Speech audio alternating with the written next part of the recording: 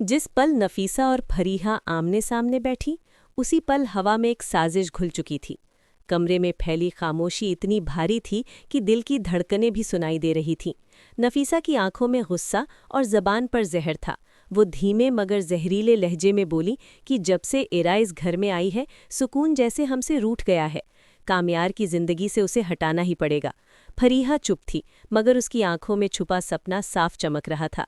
तभी नफीसा ने वो शब्द कह दिए जिसने रिश्तों की नींव हिला दी। डिवोर्स ही एक रास्ता है, और उसके बाद कामयार को ऐसी लड़की चाहिए जो इस घर को संभाल सके। इशारा सीधा फरीहा की तरफ था।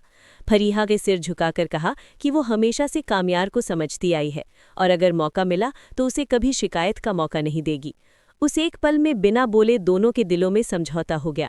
थोड़ी देर बाद कामयार घर लौटा तो नफीसा ने मौका देखकर बात छेड़ी कि इरा अब इस घर में नहीं है और बेहतर होगा रिश्ता भी खत्म कर दो। कामयार का चेहरा पत्थर बन गया। उसकी आवाज़ ठंडी मगर मजबूत थी। इरा मेरी बीवी है और रहेगी, मैं उसे डिवोर्स नहीं दूंगा। ये जवाब नफीसा को मंजूर नहीं था और फरीहा अंदर ही अंदर टूट गई, मगर दोनों ने हार नहीं मानी। यहीं से शुरू हुई एक खामोश मगर खतरनाक चाल। फरीहा कामयार को पार्टी में ले गई।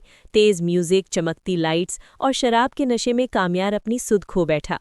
उसी बेहोशी के पल में कुछ कागज उसके सामने रखे गए और उससे साइन करवा लिए गए।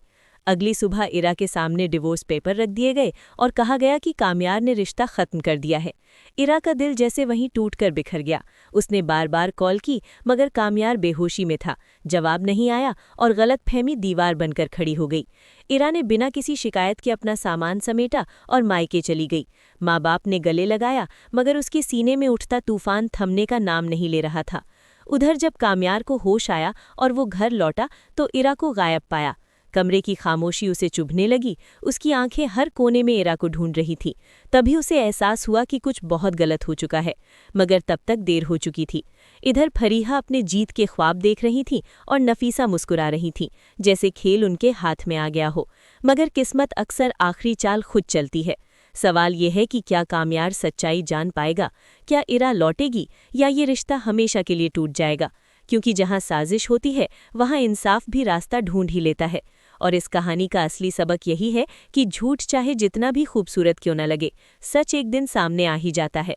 और जो दिल तोड़कर खुश होते हैं, वक्त उन्हें खुद उनका दर्द लौटा देता है।